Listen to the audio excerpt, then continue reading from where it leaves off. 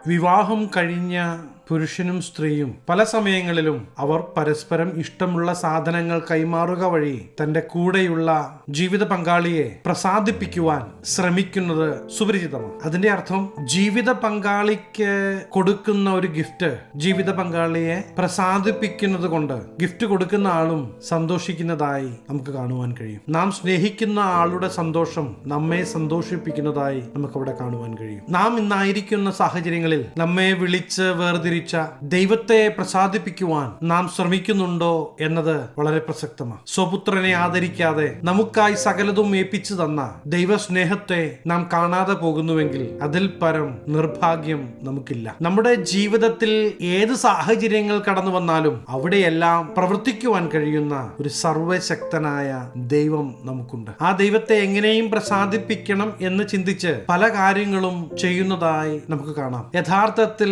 നാം ചെയ്യുന്ന പ്രവൃത്തികൾ കൊണ്ട് ദൈവം പ്രസാദിക്കുന്നുണ്ടോ? പ്രസാദിക്കുന്നില്ല എങ്കിൽ നാം ചെയ്യുന്ന ഈ കാര്യങ്ങൾ വെറുതെയായി പോകും. എന്റെ ശബ്ദം കേൾക്കുന്ന നിങ്ങളെ എനിക്ക് ഓർമ്മിപ്പിക്കുവാനുള്ളത് ദൈവവചനത്തിലെ ഒരു വാക്യമാണ്. അത് യേശുനാഥന്റെ വാക്കുകൾ തന്നെയാണ്. യേശു അവരോട് ദൈവത്തിന് പ്രസാദമുള്ള പ്രവൃത്തി അവൻ അയച്ചവനിൽ നിങ്ങൾ വിശ്വസിക്കുന്നതത്രേ എന്ന് പറയുന്ന ഭാഗം യോഹന്നാന്റെ സുവിശേഷം 6-ാം അധ്യായം 29-ാമത്തെ വാക്യത്തിൽ നമുക്ക് കാണാം. യഥാർത്ഥത്തിൽ ദൈവം പ്രസാദിക്കുന്നത് നമുക്ക് വേണ്ടി യാഗമായി തീർന്ന യേശു ക്രിസ്തുവിൽ നാം വിശ്വസിക്കുമ്പോഴാണ്. മാനവജാതിയുടെ പാപപരിഹാരത്തിനായി കാൽവരി ക്രൂശിൽ യാഗമായി തീർന്ന യേശു ക്രിസ്തുവിന്റെ യാഗത്തിൽ നാം വിശ്വസിക്കുന്നെങ്കിൽ, യേശു ക്രിസ്തുവിൽ നാം വിശ്വസിക്കുന്നെങ്കിൽ അതാണ് ദൈവത്തെ പ്രസാദിപ്പിക്കുന്നത് എന്ന് ദൈവവചനം നമ്മെ ഓർമ്മിപ്പിക്കുകയാണ്. ഒരു നിമിഷം ഒന്ന് ശ്രദ്ധിക്കണേ. നാം എന്തൊക്കെയോ കാര്യങ്ങൾ ചെയ്ത് ദൈവമേ പ്രസാദിക്കണമേ എന്ന് പറയുന്നതിലുപരി ദൈവം പറയുന്ന ഈ കാര്യം നമുക്കൊന്ന് ചെയ്യുവാൻ കഴിയുമോ? സാമ്പത്തികമായോ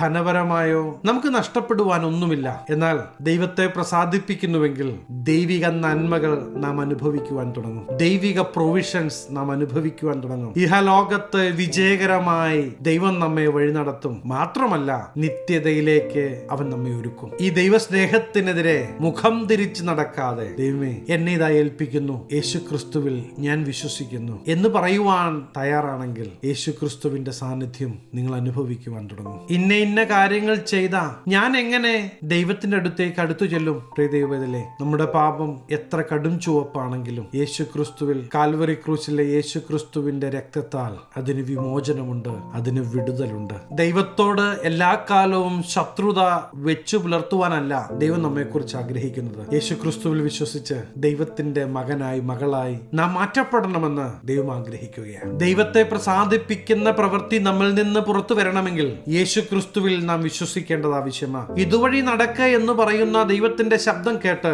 ഓരോ നിമിഷവും ഈ ദൈവത്തോട് ചേർന്ന് നടക്കുവാൻ, ദൈവപ്രവൃത്തി നമ്മിലൂടെ ചെയ്തെടുക്കുവാൻ ദൈവം നമ്മെ കുറിച്ച് ആഗ്രഹിക്കുകയാണ്. നിങ്ങളുടെ അസമാധാനത്തിന്റെ അവസ്ഥയിൽ നിന്ന് ദൈവിക സമാധാനം നൽകുവാൻ യേശു നിങ്ങളെ വിളിക്കുകയാണ്. മുന്നോട്ടു പോകുവാൻ ഒരു വഴിയുമില്ലാത്ത സാഹചര്യങ്ങളിൽ, ഇനി എന്ത് ചെയ്യണമെന്നറിയാത്ത നിമിഷങ്ങളിൽ ദൈവത്തെ പ്രസാദിപ്പിക്കാനായി പല കാര്യങ്ങളും ചെയ്തിട്ടും ഒന്നും നടക്കുന്നില്ല എന്നുള്ള സാഹചര്യത്തിലാണ് നിങ്ങളെങ്കിൽ ഈ ദൈവവചനം ഒന്ന് ശ്രദ്ധിക്കണേ. നിങ്ങൾ ഇന്ന് അനുഭവിക്കുന്ന വിഷയം നിങ്ങളുടെ മേലധികാരികളിൽ നിന്നാണ് എങ്കിൽ മേലധികാരികൾക്കെതിരെ ഒന്നും സംസാരിക്കാതെ അവരെ ഒന്ന് അനുഗ്രഹിക്കുക.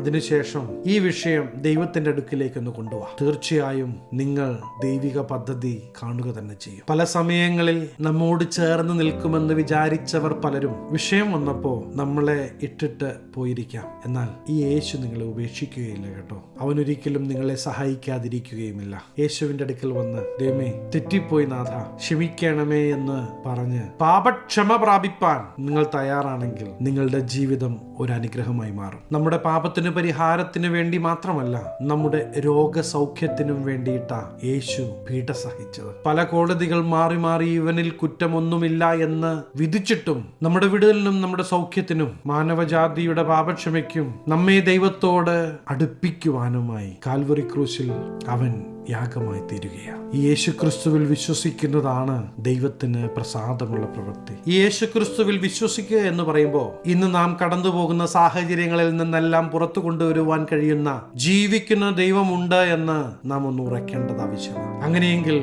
ജീവിക്കുന്ന ദൈവത്തിന്റെ പ്രവൃത്തി പ്രിയ ദൈവത്തിലെ നിങ്ങൾ അനുഭവിക്കും. മറ്റാരെയും പ്രസാദിപ്പിച്ചില്ല എങ്കിലും ഈ ദൈവത്തെ പ്രസാദിപ്പിക്കുവാൻ നിങ്ങൾ മുന്നോട്ട് വരുന്നെങ്കിൽ ദൈവപ്രവൃത്തി നിങ്ങളുടെ ജീവിതത്തിൽ തുടങ്ങുകയായി. നമ്മുടെ നാഥനും കർത്താവുമായ യേശു ക്രിസ്തുവിന്റെ പ്രവൃത്തി അവനിൽ വിശ്വസിക്കുന്ന നിങ്ങളിലൂടെ ദേശം കാണത്തക്ക വിധത്തിൽ വെളിപ്പെടും. ഈ യേശു ക്രിസ്തുവിന്റെ അടുക്കിലേക്ക് ഒന്ന് അടുത്തു വരാം. ദൈവിക നന്മകൾ പ്രാപിക്കാം. ദൈവം നിങ്ങളെ സ്നേഹിക്കുന്നു. കരുതുന്ന യേശു കൂടെയുള്ളത് കൊണ്ട് ഒരിക്കലും നിങ്ങളുടെ ഹൃദയം കലങ്ങരുത്. അവൻ നിങ്ങൾക്കായി കരുതുക തന്നെ ചെയ്യും. ഈ ദിവസങ്ങളിൽ നിങ്ങളത് കാണും. വിശ്വസിക്കാമോ? ഒരു ആമീൻ പറഞ്ഞാട്ടെ. ഞാൻ നിങ്ങൾക്ക് വേണ്ടി പ്രാർത്ഥിക്കുവാൻ ആഗ്രഹിക്കുകയാണ്. കണ്ണുകളെ അടയ്ക്കാം, പ്രാർത്ഥിക്കാം. മഹാപരിശുദ്ധനായ ഞങ്ങളുടെ സ്വർഗീയ പിതാവേ, എന്നോടൊപ്പം ചേർന്ന് പ്രാർത്ഥിക്കുന്ന ഈ ദൈവജനത്തെ അങ്ങയുടെ തൃക്കരങ്ങൾ തരുന്നു. യേശു ക്രിസ്തുവിൽ വിശ്വസിച്ച് ദൈവിക നന്മകൾ പ്രാപിപ്പാൻ, ദൈവപ്രസാദം അനുഭവിപ്പാൻ ഈ ജനത്തെ അങ്ങടിയാക്കുമാറാകണം. യേശു ക്രിസ്തുവിന്റെ നാമത്തിൽ രോഗബന്ധനങ്ങൾ അഴിഞ്ഞു മാറട്ടെ. ദൈവത്തിന്റെ പ്രവൃത്തി വെളിപ്പെടട്ടെ. അങ്ങനെ ചെയ്തതിനാൽ നന്ദി. സകല മനമഹത്വം അങ്ങേക്ക്. സകല നസറേന യേശു ക്രിസ്തുവിന്റെ നിസ്തുല്യ നാമത്തിൽ തന്നെ.